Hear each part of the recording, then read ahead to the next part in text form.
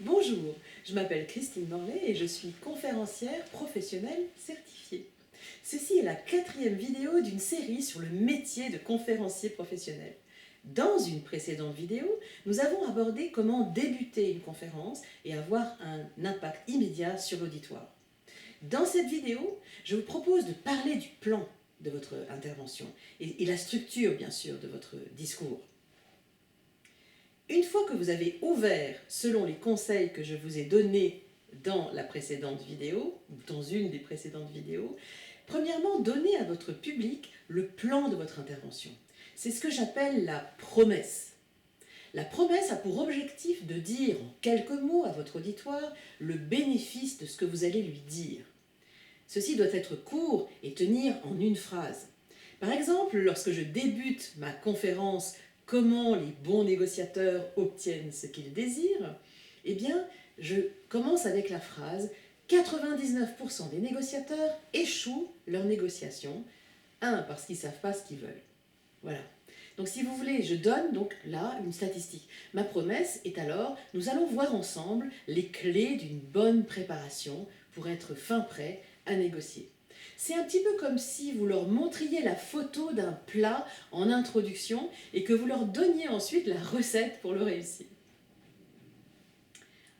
2. Dans le développement, vous devez apporter une explication succincte et immédiatement donner un exemple pratique.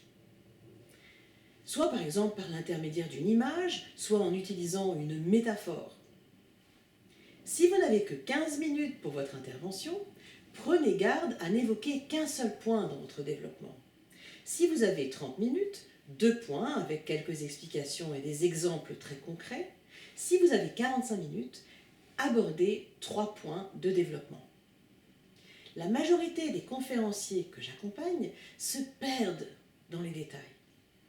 Et bien sûr, ils oublient aussi de parler à la partie droite du cerveau qui se nourrit des images et des métaphores, voire l'inverse. Ils ne parlent qu'avec des histoires personnelles, des images, des métaphores et oublient les faits et les explications concrètes.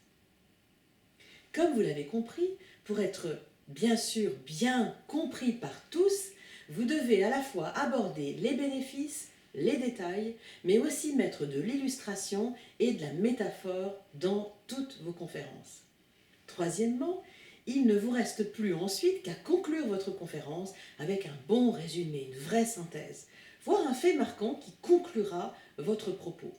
Celui-ci peut potentiellement questionner votre auditoire et ouvrir le débat si vous avez prévu une séquence de questions-réponses. Si vous êtes perdu et que vous avez du mal à structurer votre conférence, vous pouvez télécharger le document de travail gratuit « Comment structurer votre discours » en cliquant sur le lien ci-dessous. Ou bien sûr, faire appel à nous au 0971 222 971 pour une session d'accompagnement à distance. Dans la prochaine vidéo, nous aborderons le travail du corps lors de votre conférence. Par exemple, où mettre vos mains. Alors, à très bientôt dans une prochaine vidéo.